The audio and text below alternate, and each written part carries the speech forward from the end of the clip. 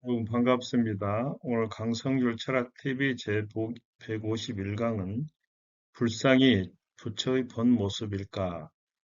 여기는 태국 코사무이 사원에 있는 긴팔의 석가모니 모습이고, 여기는 그 사람들 보이죠?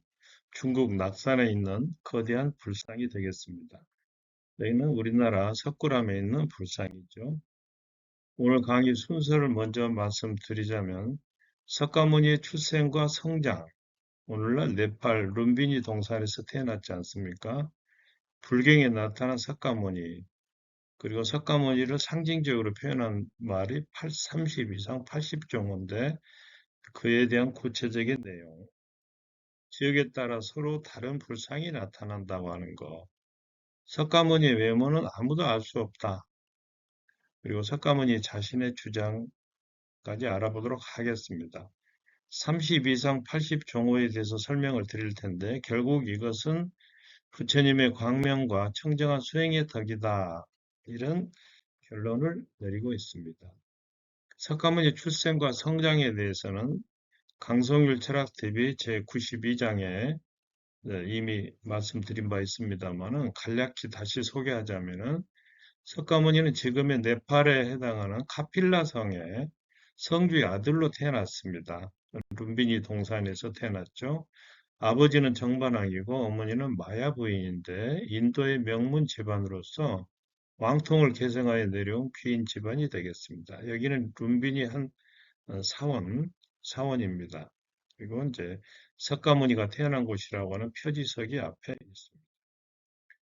어린 왕자 시달타는 매우 총명해서 7살 때부터 이미 학예와 무술에 통달했으며 정반왕, 자기 부친이죠. 부귀에 넘치는 교육을 시켰습니다. 그러나 시달타는 어느 날 수레를 타고 가다가 노인과 병자와 시체와 승려를 차례대로 만나게 되고 생로병사의 인간의 운명에 대해서 슬픔을 금치 못합니다. 이러한 아들을 보고 부왕은 그가 출가할까 염려하여 16살 먹은 이 시달타 왕자를 구리족의 아름다운 여인 야수다라와 혼인을 시킵니다. 그리고 둘 사이에서 라울라라고 하는 이름의 그 아들을 낳는데 라울라라는 이 뜻은 수행의 장애가 된다.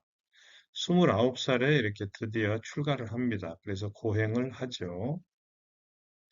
자, 불경에 나타난 석가모니 모습을 보자면은 경전 중에 하나인 순다리카 바라드와자에 이렇게 나와 있습니다. 당신은 몸이 완전하고 탁월하게 빛나며 훌륭하게 태어나 보기에도 아름답고 용모는 금빛으로 빛나며 치아는 아주 힙니다. 순다리카 바라드와자의 경전은 이 순다리카 강 언덕에서 불을 통한 제사를 준비하는 바라드와자를 어느 날 이제 이 석가모니가 발견하고 이 바라모는 출가하여 아라한의 경지를 청취할 것이다. 최고의 경지를 이룰 것이다. 이렇게 여기고 그쪽으로 가면서 시작되는 내용입니다. 그래서 이 경전에서는 형식적인 의뢰보다 마음속의 깨끗함을 강조하고 있는데요. 계속해서 그 내용을 좀 보자면은 당신은 위대한 사람의 특징으로서 맑은 눈, 잘생긴 얼굴, 키가 훤칠하고 단정하고 위엄 있어 귀티가 남으로써 수행자들 속에서도 태양처럼 빛납니다. 황금빛 같은 피부와 이렇듯 빼어난 용모를 지니셨는데 수행자의 삶에 만족하십니까? 부디 전륜왕이 되셔 전처의 정복자, 세계의 지배자가 되셔야 합니다. 여기서 전륜왕, 전륜성왕이라고 부르는 말이 간혹 불교에서 나오는데요. 이것은 정의롭고 올바른 법을 통해서 법의 바퀴를 돌려서 백성을 다스리는 이상적인 통치자를 말합니다. 자, 30 이상 80종호라고 그래서 80종호는 30 이상을 좀 더 자세히 설명한 건데요. 부처가 인간과 다른 모습을 지닌다는 믿음 아래 32가지 모습과 80가지 외적 특징을 가리킵니다.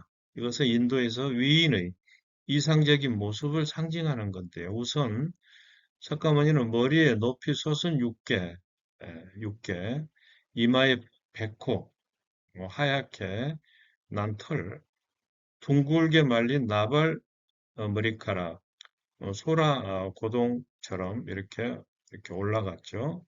금색으로 빛나는 신체, 이것이 이제 대강의 특징이라고 하겠는데요. 좀 더 자세히 알아보면 우선 발바닥이 평평하다, 발바닥에 수레바퀴 자국이 있다, 발꿈치가 원만하다, 발등이 높고 원만하다, 장단지가 사슴다리 같다, 남근이 오므라져 몸 안에 숨어 있는 것이 마치 말의 모습과 같다. 손가락이 가늘고 길다. 손발이 매우 부드럽다. 수족 만망상이라고 해서 만은 얇은 막이고 망은 그물인데 손과 발에 그물처럼 얇은 막이 덮여 있어서 거의 물갈퀴와 같다. 아, 예.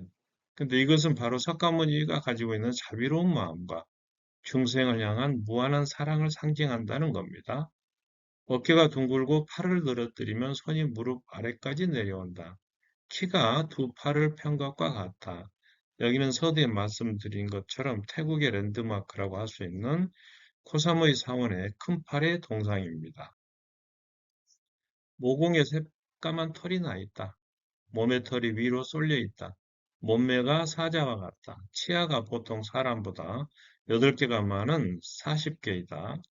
어금니가 희고 이가 가지런하며 빽빽하다. 그러나 이러한 것들을 시각적으로 나타낼 수는 없었죠. 혀가 길고 높다. 목소리가 맑고 멀리 들린다. 코가 높고 길다. 눈썹이 초생달 같고 짙푸른 색이다. 속눈썹이 소화가 같다. 눈동자가 검푸르다. 백호, 미간, 눈썹과 눈썹 사이에 있는 희고 부드러운 털인데 여기에서 광명, 빛이 나와서 세상을 비춘다고 합니다. 육계는 머리 꼭대기에 솟아있는 살덩어리, 상토 모양의 융기인데 바로 석가모니의 지혜가 충만함을 상징한다는 겁니다. 나발은 소라 껍데기처럼 비틀린 머리털을 말하고 온몸이 금색이며 황급빛 광명이 나는 것으로 묘사가 되어 있는데 실제로 이러한 것들은 불상을 만들 때 표현이 됩니다. 표정은 자비롭고 평온하고 눈은 반쯤 뜨거나 아래를 향하여 명상하는 것 같은 모습인데요. 반쯤 뜬 눈, 반개는 내면의 깨달음과 외부 세계를 동시에 관조한다는 뜻이고 길게 늘어진 그 귓볼은 세속적인 번뇌를 초월한다. 그리고 고대 인도에서는 귀걸이를 많이 하여 귀가 늘어진 부의 모습에서 이것이 유래했다는 설도 있습니다. 석가모니 신체는 비만하지도 마르지도 않은 균형 잡힌 몸매였고 옷차림은 간소한 가사였습니다. 몸의 윤곽이 드러나도록 얇게 묘사되기도 하는데요. 자, 석가모니가 앉는 자세는 결과부자라고 해서 연꽃처럼 다리를 꼬고 앉은 자세입니다. 이것은 바로 명상과 깨달음을 상징하는데 양 발을 반대편 허벅지에 올려놓는 방식입니다. 연꽃은 진흙 속에서 피어나지만 더러움에 물들지 않는다는 상징성을 갖고 있고 또 꽃과 열매가 동시에 맺히는 화과동시를 합니다. 이것은 원인과 결과가 함께 존재한다는 인과법칙을 상징한다고 해요. 또 연꽃은 석가모니가 가섭에게 이걸 들어보면서 진리를 전한 염화시중의 미소로 유명합니다. 항마촉진이라고 해서 오른손으로 땅을 짚는 자세인데요. 깨달음을 얻는 순간에 마귀의 유혹을 물리치고 땅의 신에게 증명하도록 요청하는 그런 사인이 되겠습니다. 항마라고 하는 것은 수타니파타 제3장 2장 2경에 나오는 내용인데 시달타가 깨달음에 다가가자 마라가 집요하게 공격을 하는데 그 내용으로는 세 딸을 보내서 유격을 자극하는가 하면 머리는 벌레이고 몸은 인간이고 창을 가진 모습으로 변해 이 마왕이 이렇게 괴롭힌다는 겁니다. 이 항마 이야기는 시달타의 내면적 갈등을 상징하고 또 구체제, 타성과의 싸움에서 승리했다는 의미가 되겠는데요. 이 아래 사진은 마왕의 무리들이 칼로 시달타를 위협하는 장면인데 파키스탄 박물관에 소장이 되어 있습니다. 좀 더 부연해 설명하자면 32상 80종호는 석가모니 위대함을 상징하는 이상적인 모습이라고 할 수 있고 일부 겹치기도 하고 나타내기 어려운 부분이 있어서 불상에 모두 적용되지는 않습니다. 또 불상은 불교 발생 이후 약 500년 이상 인도에서는 제작하지 않았다고 합니다. 기원전 1세기 무렵부터 인간의 형상으로 불상을 제작하기 시작했는데 인간의 모습과는 다른 고귀한 특징을 30 이상 80종으로 표현을 한 거죠. 이후에 이것은 모든 부처 전륜성왕, 진리로 다스리는 세상의 통치자를 말한다고 했죠. 이러한 사람들이 지니는 특징으로 자리 잡게 됐고, 우리나라 고려와 조선시대의 불상은 주로 금색 몸, 육계, 나발, 백호만 대개 묘사가 되어 있습니다. 그 밖에 매끄러운 피부라든가 청색털, 고운 목소리, 갈퀴 이러한 것들은 표현하기 어렵다는 현실적인 이유 때문에 나타내기가 어려웠습니다. 또 불상은 지역에 따라 서로 다른데요. 동아시아권, 동아시아권 같은 경우는 후덕한 턱과 가느다란 눈, 미간의 이렇게 점으로 이렇게 표현이 됩니다. 또 이 간다라, 파키스탄 북서부에 있었던 인도 아리아 문명인 간다라에서는 사실적인 인체 표현이 뛰어나서 이렇게 그리고 있고 파키스탄에는 매우 마른 석가모니 고행상도 있습니다. 석가모니 외모는 아무도 알 수 없다. 그래서 조금 전에 말씀드린 것처럼 지금 현존하는 불상은 석가모니가 죽은 한참 후에 제작이 됐고 불교계에서는 형상과 색의 빛깔에 따라서는 부처님을 찾을 수 없다. 그럼에도 이 불상을 제작한 이유는 그 외모를 정하거나 숭배하기 위함이 아니고 그 모습을 통해서 가르침을 되새기고 존경심을 표하는 일종의 상징물에 지나지 않는다. 석가모니 자신의 주장을 봐도 외모를 판단하지 말라란 말을 했고 신체적 특징들은 모두 헛된 것이다. 형색으로 나를 보거나 음성으로 나를 찾으면 삭된 길을 걸을 뿐 열애를 볼 수 없다. 삿된 것은 사악하고 그랬던 것이죠. 열애는 부처의 10가지 이름 가운데 하나입니다. 그래서 외모에 집착하지 말라 이런 뜻이죠.